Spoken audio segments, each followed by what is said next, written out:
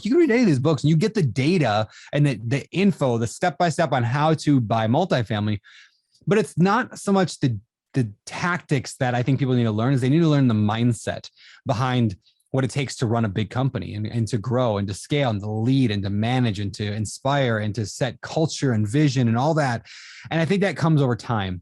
So I'm a bigger fan of starting small and scaling quickly up, unless you can partner with someone who's already there. Welcome to the Real Estate Mindset Podcast, hosted by Eric Nelson and brought to you by Wild Oak Capital. Eric is a real estate investor, business owner, and performance coach. Throughout this series, Eric explores the mindset behind why certain investors are so successful and how we can learn from their achievements and failures. Eric asks the tough questions around the habits, discipline, mindset, and more required to achieve the most ambitious goals. Thank you for being here and enjoy the show.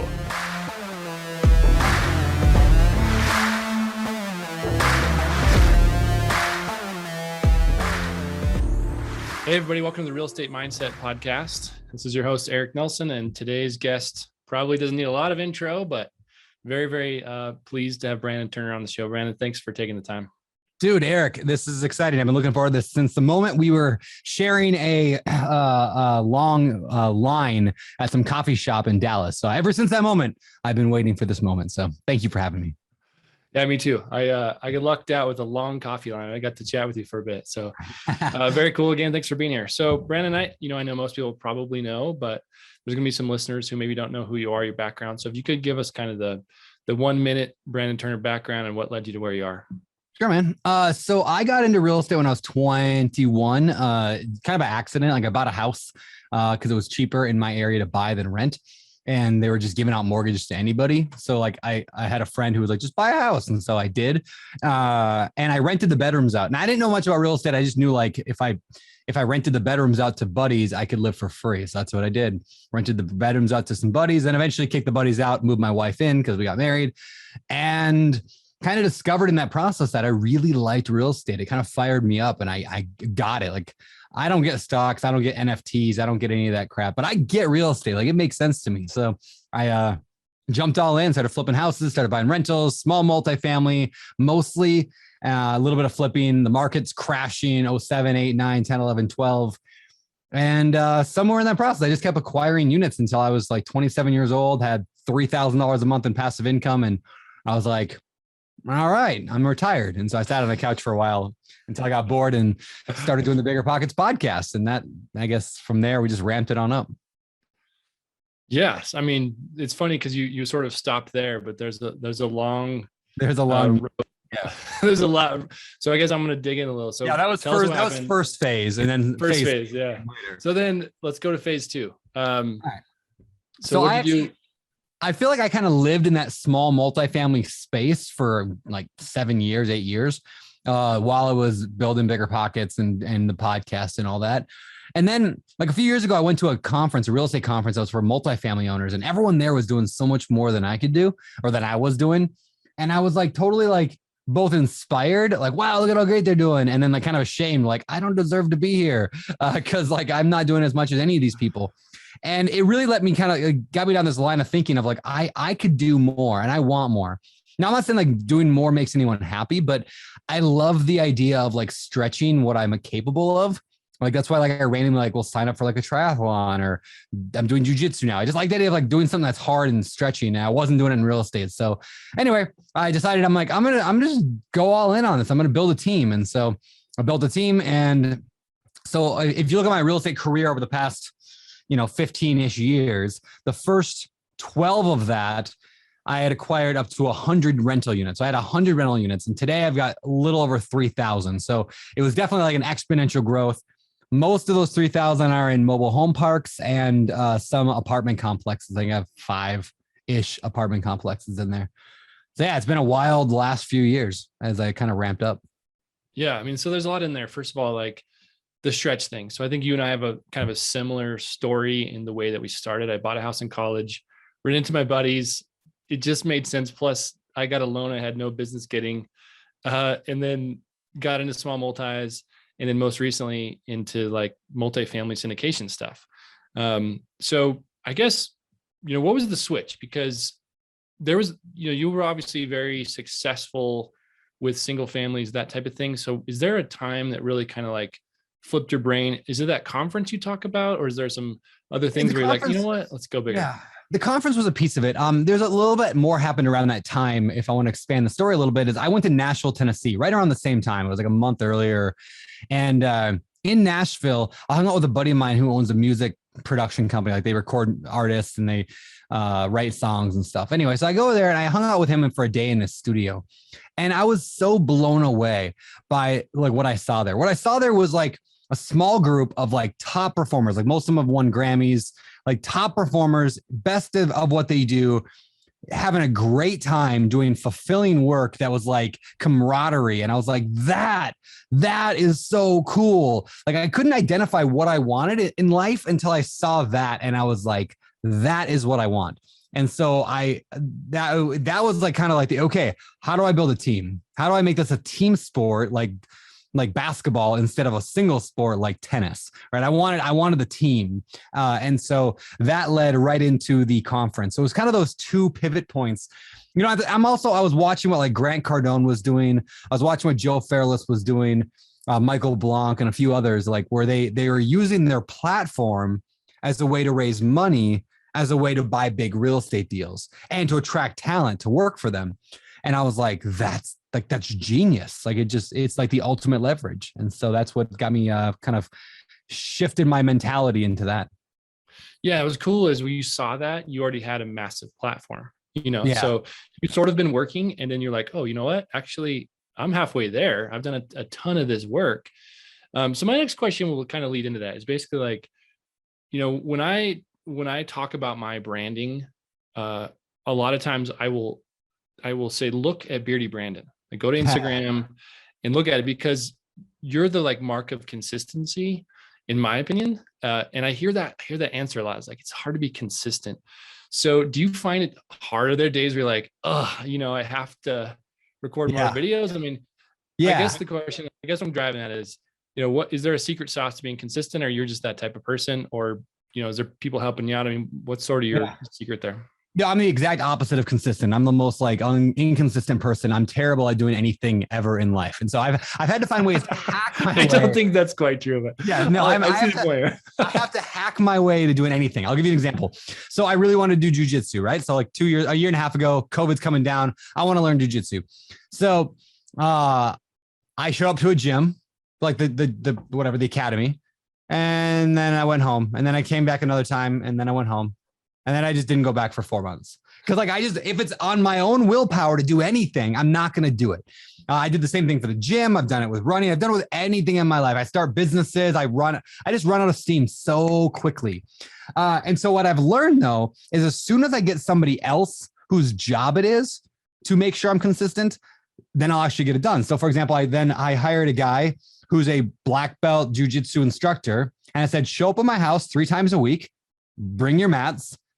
Tarl, my neighbor, who's a real estate investor, I was like, Tarl, come over, and we're actually gonna get it done. And then for a solid year, I went 2 to 3 times a week, jujitsu, because like I had no choice. They're in my driveway. Like the mat is set up. So that said, this is how I apply it to to content creation. Is like, I would not do it if it were me. I mean, I like scrolling TikTok and Instagram as much as anyone else, and you get sucked into it, but I wouldn't create the content I would without having someone's job. So I hired a virtual assistant in the Philippines. There's a website called onlinejobs.ph. And I basically just gave him a job. I'm like, 2 posts a day. That's what we need done. You see, when it's your job to do something, most people will do it. Like I have pumped out 550 podcasts for BiggerPockets over the past 10 years because that's my job. Like I don't own BiggerPockets. I have some equity in it, but it's not my company. So when somebody tells me, hey, your job is to do 2 podcasts a week now, I'm like, okay, I'll do 2 podcasts a week, because we will hold obligations to other people, especially people who are giving us money, a whole lot more than we will ever hold obligations to ourselves. And so I hire people and make it their obligation to get that thing done. And so anyway, that's how the social media gets done. Now, the follow-up question then is, well, how do I create the content? How do I do that? I literally just record everything I do. Like right now, I'm recording this and I record everything that I do, every podcast I do, every video. I just have a DSLR camera hooked up. I record it all. As soon as I end this thing, I'm going to click stop. I'm going to shrink the file down using a program called Handbrake. I'm going to upload it to Google Drive. And from there, my guy will cut it into 10 different pieces, and whenever this episode is goes live, I now have content. I can be like, hey, I was over on Eric's show. Here's me talking about this. Go check out the link. So now I provide value to the podcast hosts and also to my own audience and to myself. And so it's like a full circle kind of thing. Oh, I love it, man. The tip of hiring someone is so good, because I think a lot of people really struggle with that. They say like, oh, I can't afford it. It's like, or I'm not there yet. I'll hire a VA when I get enough money, and there probably are times, because I've been there too, where it's like, I literally can't hire anyone. But generally speaking, if you're looking at multifamily, chances are you could probably hire someone, especially from the Philippines or somewhere else. I mean, it's honestly pretty affordable. This is the question I would ask somebody. If somebody said, I can't afford to hire like an assistant, even like a virtual assistant, I'm like, okay, well, what do you make at your job? And somebody's like, I don't know, like $70K a year. I'm like, okay, so tomorrow your company drops your salary by 5%. Do you die? Are you dead? Do you fold up shop and now you're living under a bridge? Well, no, I'd have to cut some corners. Okay. So take 5% of your salary and go hire yourself a virtual assistant for $500 a month. Like we all spend money on what we want. And we choose not to, the things we don't want. So if you really want it, and I think everybody should hire a virtual assistant, not because they need it, but because by hiring a virtual assistant, and it'll drive you nuts and you'll hire the wrong person, it'll be terrible, but it'll get you better at giving direction and leading, becoming a leader in life versus being just an on your own DIY entrepreneur or employee. So yeah, I think everyone should get a virtual assistant, even if all they're doing is like, I don't know, like paying bills for you or scheduling your dates with your wife. I don't care. Just get them to do something for you. Yeah, no, I talked to the guy who's like, I just hired a VA. I don't know what to do. He's like, someone told me to have them schedule my dates, and the dates are way more badass than the dates, excuse the language, than I'd set up for myself. And so I was like, boom, that's proof. Like sometimes you just have to let the deal go. Like let that task go and let someone else do it. Yeah, it's so true. So true. So let's dive into kind of what you've been doing lately. So I was just actually at Multifamily Con this weekend, and I was talking with Powell and Ferris and a handful of those other guys. And obviously you're familiar with those guys and partnered recently. So can you discuss what you've been doing? And I guess specifically, seemingly you were kind of into the mobile home thing. What got you transitioned to apartments most recently? Yeah. So I'm a big believer that in order to win at any business, you need to be really, really good, especially today. Back in 2012, fine, you could buy anything and make money probably at it. But even that, you had to be good at management back then, because tenants were like not paying and the economy was rough. But you have to be really, really, really good. Like the number one best person in your market at your price range, at your condition property, at whatever your strategy is, like you got to be it. When it comes to mobile home parks, I'm all about, like, I think we are the best. Like, I don't think there's anybody in the world that's better at our price range, at our strategy, at what we do. And that's why we're able to pay more for properties than other people, because we're so good at that one little thing.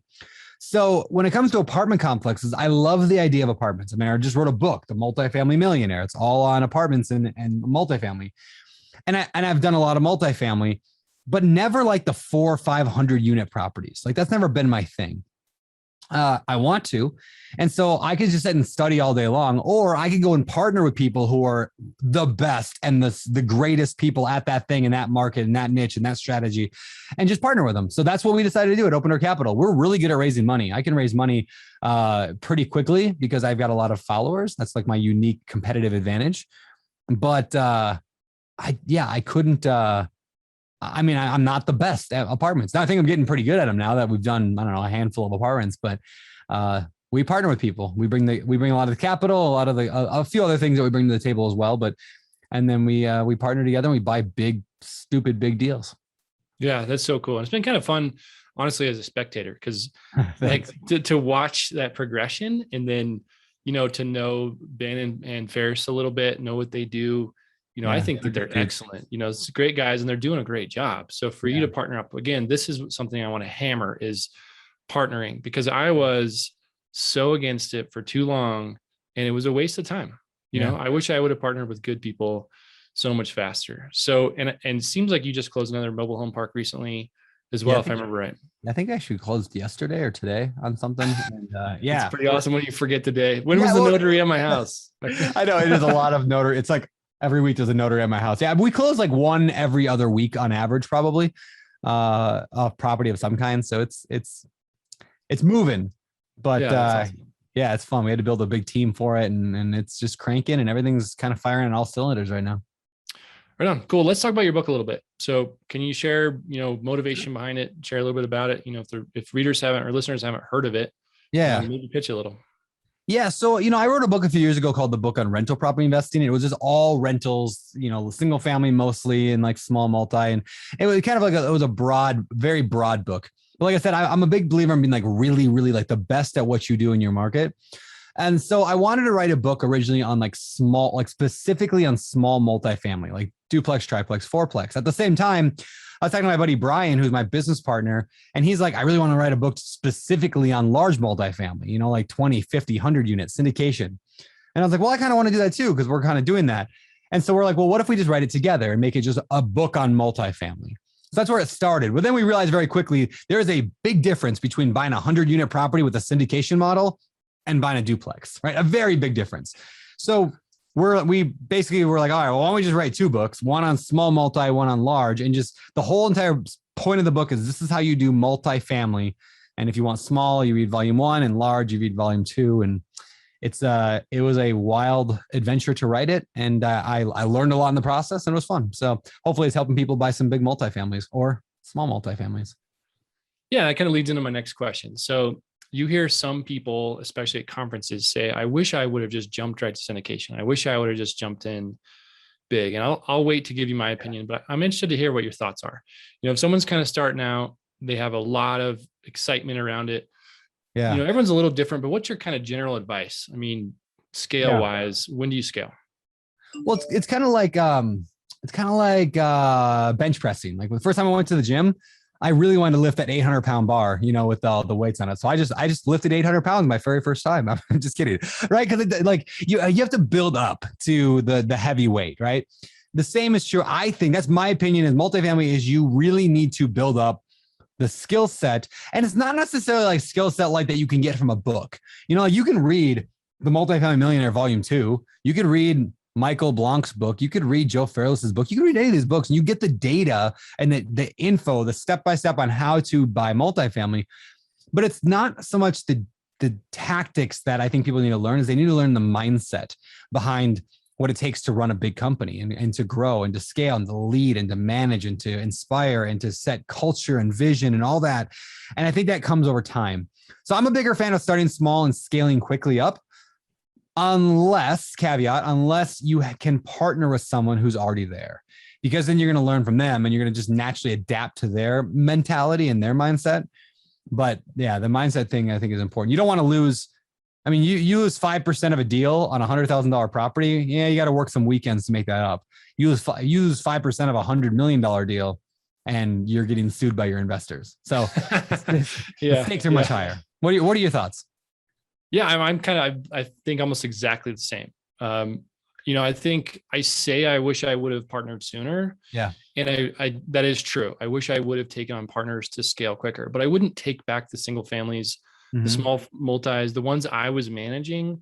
Now I would never manage a property of my own, but I've also been there and I also know what it takes. So I'm not sure I'd really take that back.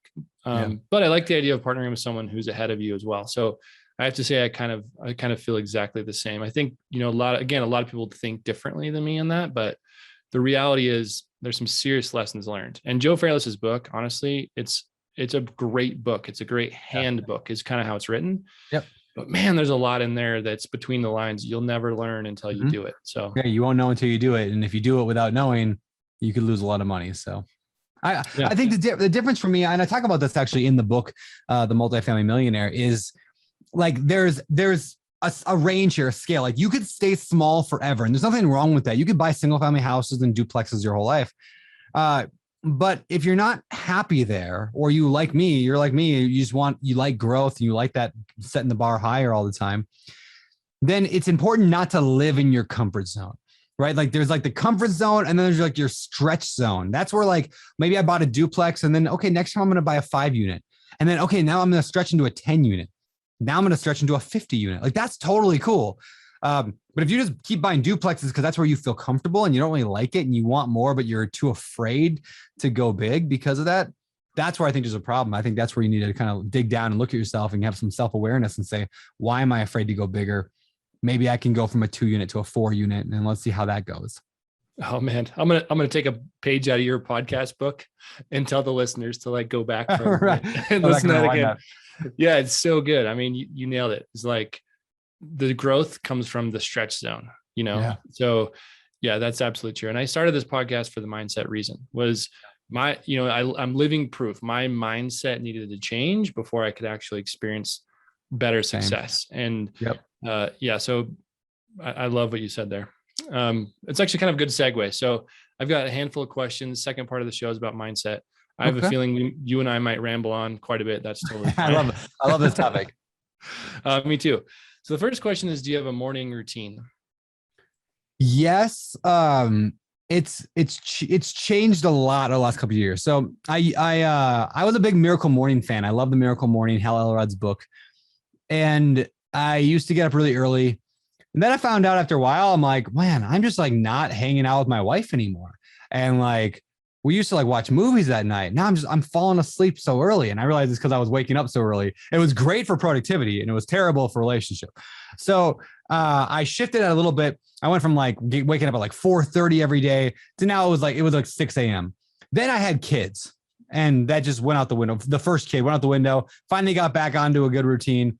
Second kid's been a disaster of sleep for the last 2 years. Still has only slept through the night 1 time in 2 years. Usually it's 5 times a night up. So that's been a challenge. That said, it's been way better the last few weeks. And so I've restarted kind of my miracle morning. I've been getting up at 5 and trying to do like a 10 to 5 sleep window and get up at 5. So then once I'm up, what I've been doing is I've been exercising, usually on an Oculus. Have you used an Oculus virtual reality thing? No, but I heard it's awesome. They're so fun. And like you can buy an Oculus for like $300. They're like not bad at all. And it's crazy. Like it's like you're there, right? It's not perfect. I mean, you're in virtual reality, but it's like there's a game called Supernatural. That's the one I like the best. Supernatural is almost like you have like 2 swords in your hand and you're like fighting stuff, or you're like boxing when you're like, anyway, I like it. I get super sweaty doing it. So I'll do like a 15-20 minute workout right away in the morning. Then I'll make some tea. I'll do like some reading, like I'll do like some spiritual reading, usually like a business book reading, usually a little bit of meditation. And then I like to do my intention journal, which is like the journal that I wrote, and then we published through BiggerPockets, but it's because I use it every day. So I just basically write down my top 3 goals, why I want them, what my goal for the week is to achieve that goal for the quarter, and then what my next actionable step is. And then I track my habits during that morning time as well. I'm a big believer that I call them lead habits. They're habits that you just do all the time that are easy to do that make the more difficult habits or routines possible. So rather than tracking getting up at 5 a.m., which is really, really hard, it's just my willpower, I'll track no phone after 7 p.m. Because if I don't have a phone in my room after 7 p.m., then I know I'm not going to stay up until midnight scrolling TikTok. I'll naturally just fall asleep at like 9. And then I can get up at just fine at 5 o'clock or whatever. See, like it's a lead habit. So I track my habits every single day and I kind of gamify it. So I'll say like, all right, my goal for the week is to wake up, have no phone after 7 for 5 nights this week. I want to go on at least 2 dates with my wife. I want to have 90 minutes of thinking time. I actually track my like no phone, no book, no music thinking time. I want to hit 90 minutes a week of that because I know that's a lead habit that'll get me better in business. So anyway, I track it. I set a goal for the number I want to do into the week. And at the end, I add it all up and I say, hey, what was my score? Did I get an 80%? Did I get a 90%?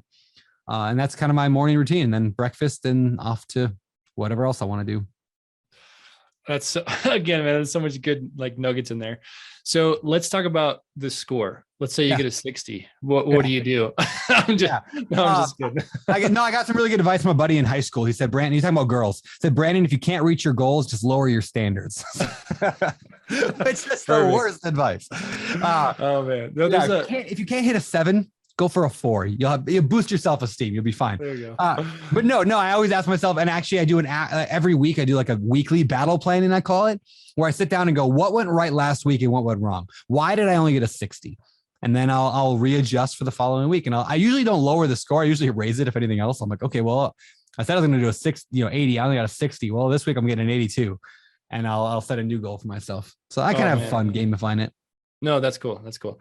And I love that question because there's a couple consistent things that come up.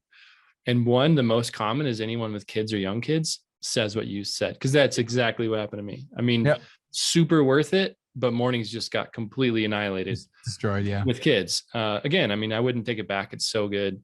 But that's the common answer is like, yeah, I was really consistent until I had kids. And then, everything changes in your world. So, but for myself, I will say this. Sometimes I use kids as a kind of a crutch or an excuse to like not wake up early or to sleep in. Like, I was up late with a kid. I'm like, well, I mean, my wife went the first year never getting more than 2 hours of sleep ever. So it's not like I can't survive on less sleep. So it's more like it was inconvenient. So I use the kids as a crutch sometime, and I'm trying to do less of that in my life, where it's like, all right, well, I was up late with the kid because he didn't want to go to sleep. I mean, last night he wouldn't go to sleep till like 11.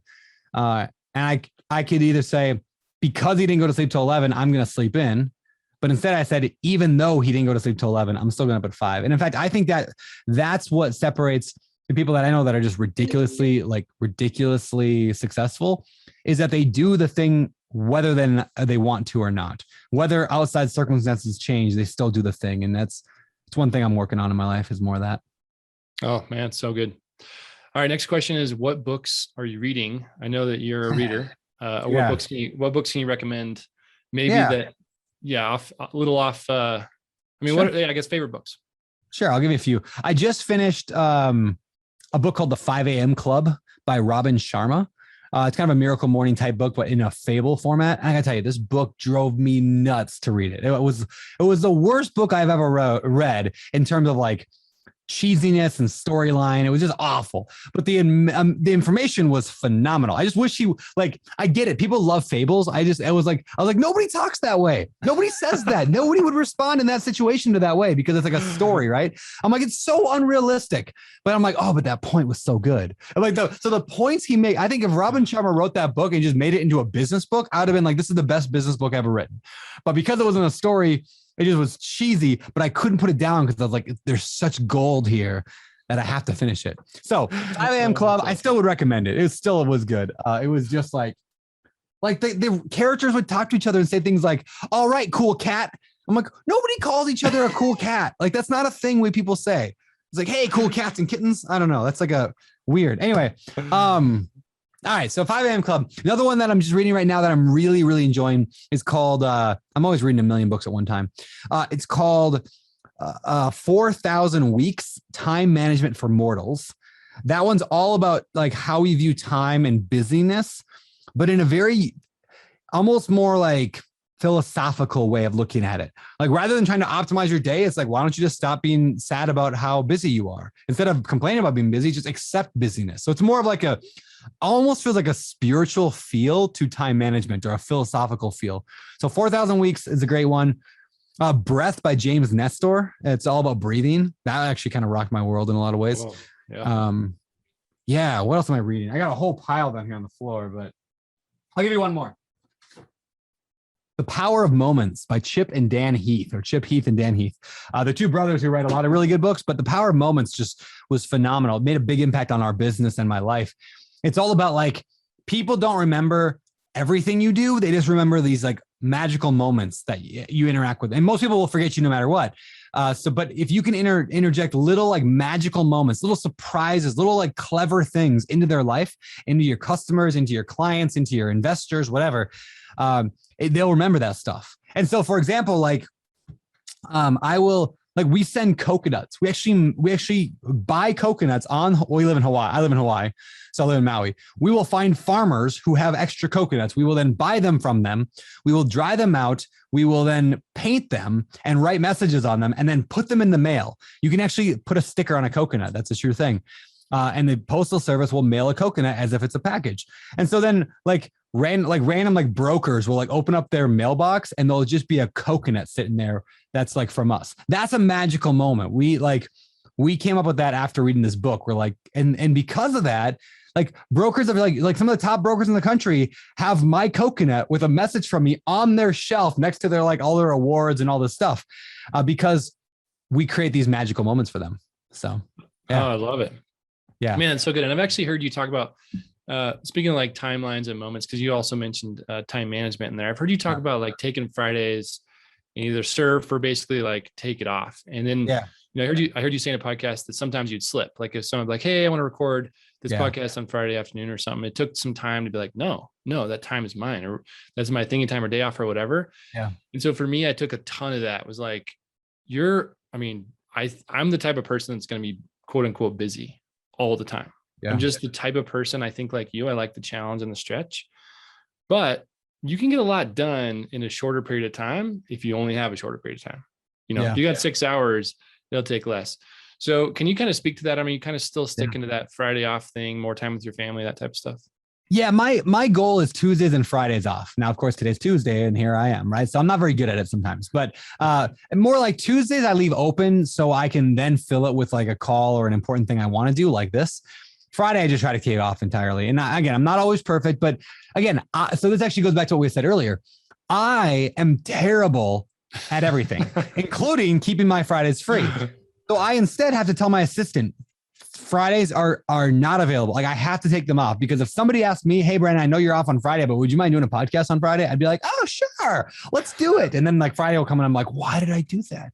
So I make everything go through my assistant. He can be the bad guy and say no to people on Fridays.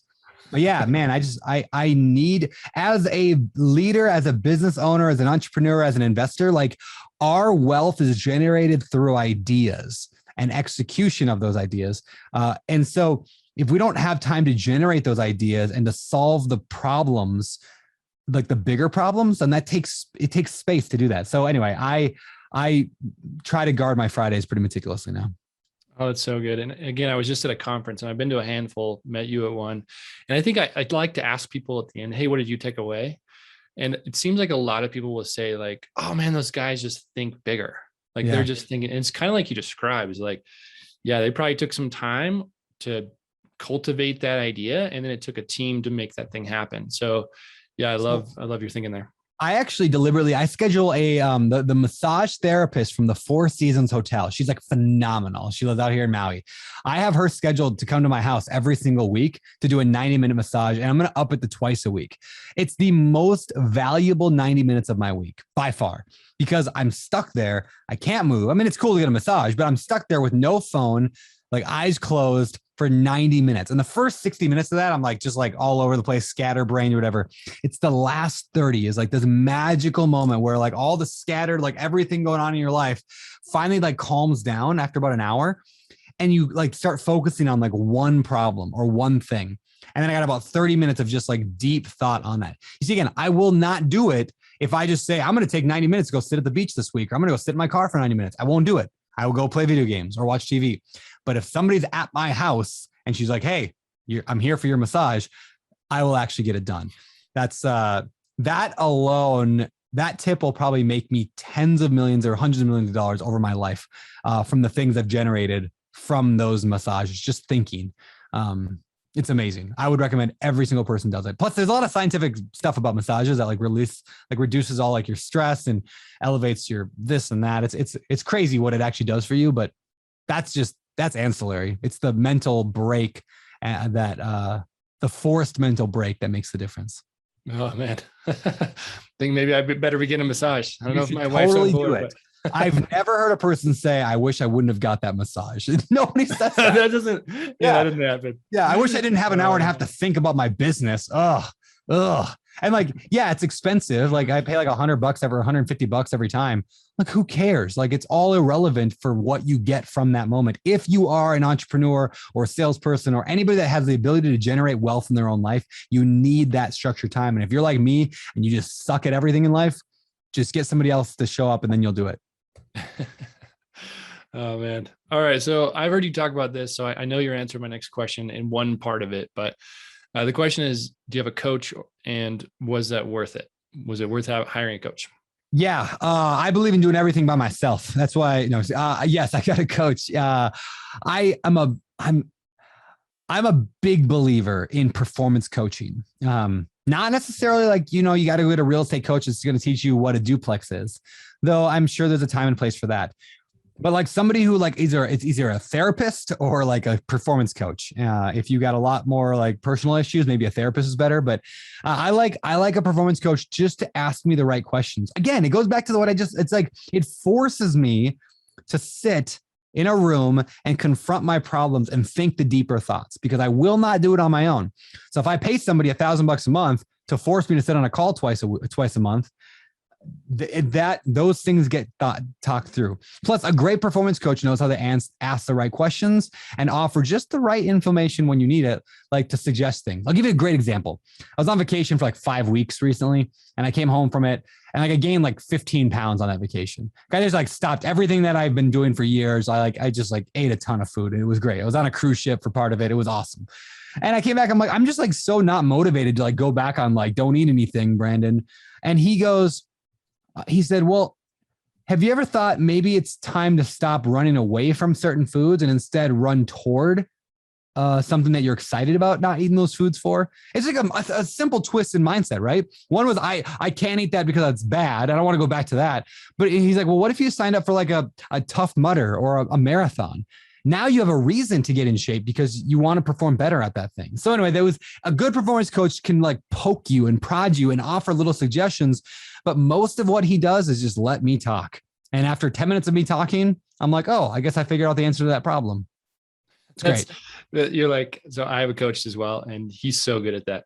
The question he asks is like, why do you think of it that way? Or like, why do you think you did that? Or, the question, it's always like, why? Yep. And I'm like, oh, and then you kind of dig in a little, and it's like, it's in your own head. Yep. They're just pulling it out. So exactly what it is. Like I sometimes feel like someday all performance coaches are just going to be robots, because it's not like you actually need them to offer much advice. Like it's literally just like, if I could performance coach to a robot, and I probably wouldn't even know the difference. If there's like, so why do you feel that way? I'd be like, well, let me tell you. I'm just bawling my eyes out to a computer. It'd be great. Like a really cool looking computer. Yes. Why do you think that you're crying right now? Shut up. Why are you saying that? That's awesome. Yeah. All right. Next one is, what's something you would, that you've done that you would not repeat that we can learn from? What's something I've done that I would not repeat? I have a tendency to undervalue what I'm capable of and therefore give away too much equity. Now, I can make an equal case on why it was good for me. I gave a lot of equity. Over half my company I've given to my employees. I don't want to say I wouldn't do that again. However, let me tell a quick story. So when I said earlier, I'm part of BiggerPockets. I have some equity in there, but I don't have a lot of equity, because in the beginning, when Josh Dorkin started BiggerPockets back before, when I was still like in high school, when I came on board as the very first person to help him, he offered me a few % of equity. Now, some people would say, well, Brandon, you were there for the beginning. You helped build it. You were there for the podcast. Why wouldn't Josh give you 50%?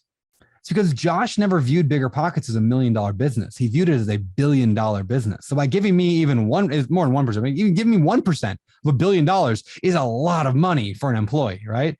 Like, it's crazy, because Josh had such a big mindset about that. So when I brought my first partners on to Open Door Capital in the very beginning, I was like, let's just do 30, 30, 30, or 33, 30, 30, 30, 33. Even though I'm in charge, I was my company, I was like, I'll just split it 3 ways. Because my mindset said, well, a third of $1 million is 300,000. That's really good. That's good money. I wasn't thinking I could make $1 billion company, because my mindset just wasn't there at the time. So I guess take that for what it is. By giving away too much equity, the more equity you give away, the lower you value what your future is going to look like. So I guess that's the advice I have for people, and where I feel like I've had to learn that now and kind of claw back some of the equity that I gave away.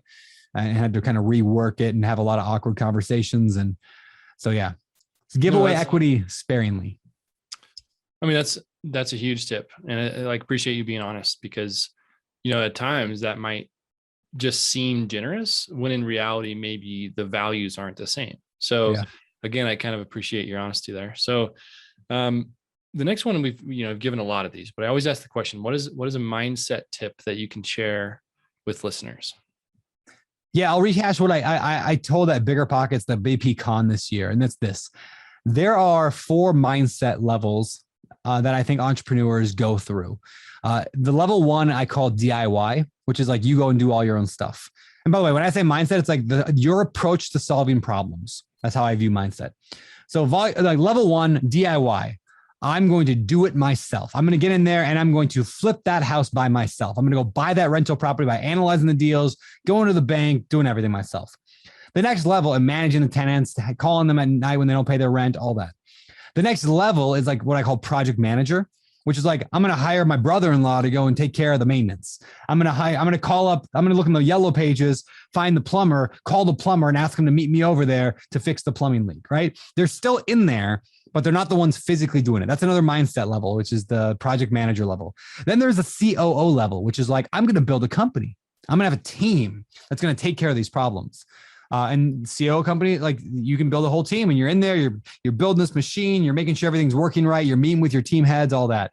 And then there's this 4th level, which is like, I'm the idea, the visionary. I'm going to maybe hire one person and they're going to build the company. I'm going to hire the COO, but I'm not involved in the day-to-day. I'm just going to build it. Now, there's nothing wrong with any level, but it's important to understand that every level has a limit. So it's hard to become a billionaire at any of the bottom 3 levels. It's hard to become a millionaire at the DIY level. Like you're not going to DIY your way to making $1 million on flipping houses. You're just not, unless you're, do a lot of flips yourself. So every level has a limit and you get to choose what limit you go to, like where you start. Like you can start at a higher level if you want to. Now that might cost some money, but don't feel like you have to do DIY.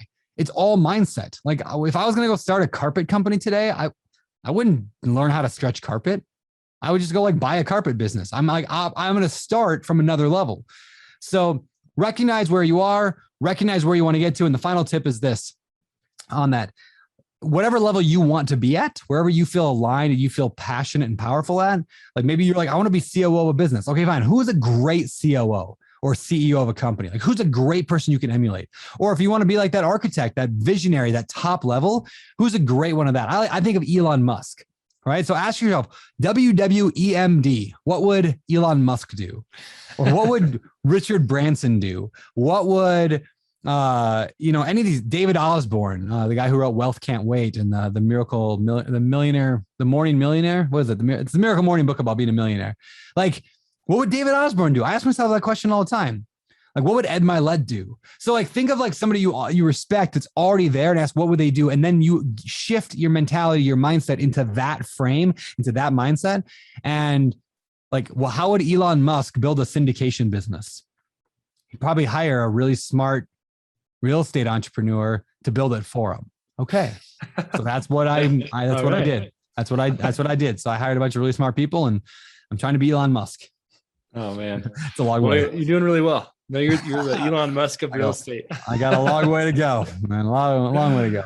Oh man. It's good though, because it's true. I mean, and also, we talked about this a lot, like maybe not try to be Elon Musk if you've never bought a house. Yeah. But get to your stretch zone. Yep. And then think what would the best project manager do, or whatever level you want to be. Exactly. So that's a great one. Okay. Final 2-part question. First part is, what is your definition of success? Oh yeah, that's good. I read a quote earlier today, actually. I wrote this down. I'm going to just read it because I was like, this is probably the best definition of success I've ever heard. And it was, hold on, let me read it to you. So you're stealing. I'm stealing this quote from somebody else. All right. It was Bob Dylan, singer-songwriter Bob Dylan. He said this: a man is a success if he gets up in the morning and gets to bed at night. And in between, he does what he wants to do. And so it's like, the way that I phrase it is, I want to be able to do what I want, where I want, when I want, how I want, with whoever I want. And that's how I define success. Steve Jobs has a great quote about, if every morning I look in the mirror and if too many days go by in a row where I don't like what I see and I'm not excited about the day, then I know I need to change something. Similar concepts. Like, I don't think success has anything to do with money, but money can help. Money can also hurt, right? But I think it's like I did what I wanted to do and what I feel like I was put on this earth to do today. And that's what I call success. Thank you, Bob Dylan. Yeah, thanks, Bob Dylan. That was awesome. No, but it's true. And I've heard that quote before of like, do what you want, when you want, with whom you want. Super good. And I'll share kind of two things. So Rod Cleef, I don't know if you've heard his story, you probably have. He was like super successful. He basically had this vision of building this ridiculous mansion. And he did. It was like $25 million, had like this crazy waterfall, all glass, whatever. And he said when it was done, he was in his pool and he's like, I was incredibly depressed, like literally the most depressed I've ever been. He's like, I realized I achieved my goal, but had no like progress beyond that, no other goal to go. So he was talking about like, even though he was successful and he had like the things that make you happy or whatever, that's not it. He was like, it's the progress that he found to be like made him kind of feel more fulfilled. And it kind of goes along with what you're describing. It's like, enjoy the journey. And then, my wife and I always say, if we're not happy, you got to make a change. We're never going to be like, oh, this sucks. Maybe it sucks now, but what can we do to change it? So I hope that we're continuing to kind of live that way too, like do what we want when we want. And it takes work and effort. It's not like just sitting around, but the progress makes you happy too. Yeah, for sure. So it's like you got to be constantly aware of where you're at and what you want. And that's why I'm a big believer in like goal. Like I like New Year's goal setting time because it's a time where most humans sit down and go, what do I really want? Now, a lot of them are terrible at getting it, but I like that idea. I like sitting with my wife at least once a year. We try to do it once a quarter where we go out and just review our goals, where we're headed, where we're at, and keeping a pulse on that. I think it's just such a valuable way to go through life. Me too. So good. Well, and the second part of that question is, why do you think you are successful and compared, or why others aren't? I'm terrible at everything. That's the theme of this podcast. I'm terrible at everything. I just hack my life in such a way that I get the results that I know that I need. And so I'm successful because I figured out ways to hack my way into success, I guess, to get what I want. I like it. I would word it differently, but I appreciate that. I appreciate the honesty. Well, Brandon, final thing is, where can people find you? Where can they reach out? Yeah, I'm like a 13-year-old girl. So Instagram, TikTok, I'm at Beardy Brandon. So you can find me there. I don't do dance videos though, but maybe someday you and I will be at a conference and standing in line at a coffee shop and we will do some TikTok dances together. We'll go viral together, Eric. It'll be great. I'm all in. I'll find myself in a line on purpose. I'm like, all right, you said. I love it. Well, thank you for having me. This has been phenomenal. No, it's amazing. Thanks for being on the show. Thank you for listening to this episode of the Real Estate Mindset Podcast. If you've enjoyed the content today, please follow this show wherever you listen to podcasts. And don't forget to head over to wildoakcapital.com for more information or to connect with Eric directly. Please take a moment to leave a review or tell a friend about what you've listened to today. We hope you'll tune in again soon.